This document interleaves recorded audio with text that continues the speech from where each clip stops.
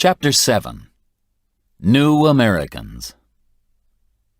At the beginning of the 19th century, most American families had come from Britain, Germany, and Scandinavia, and they were farmers or business people.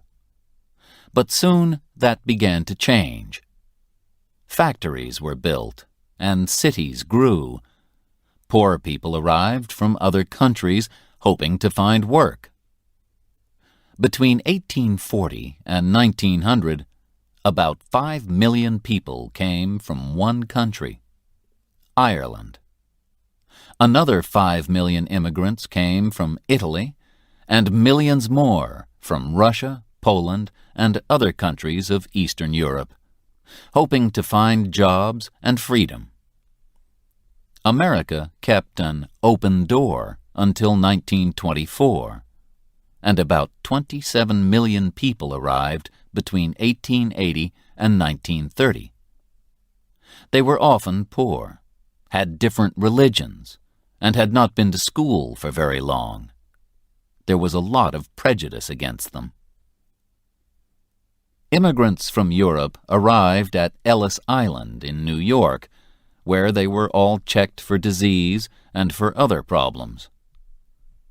Close to Ellis Island is the Statue of Liberty.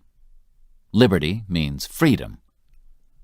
On it are these famous words: "Give me your tired, your poor." The statue welcomed the poor, tired immigrants who hoped for a happier life in the USA. The Chinese immigrants who arrived in the west of the USA also found prejudice. Many people came to live in California after gold was found there in 1848, and among them were 300,000 Chinese. Many of the Chinese stayed to work, building the new railways.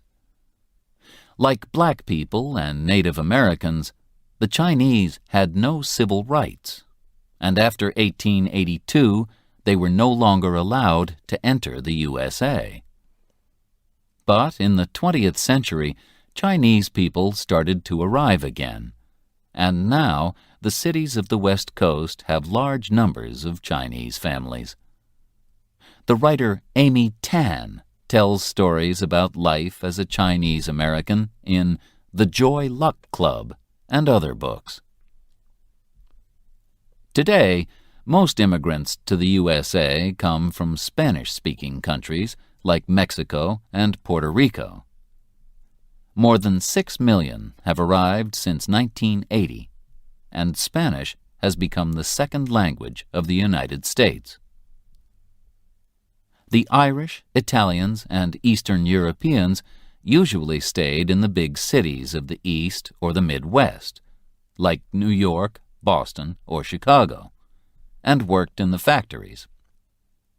Although most of them learned English and became Americans, they also wanted to keep their own way of life. So in many cities, you can find places called Little Italy or Chinatown, for example, where the restaurants have Italian or Chinese food.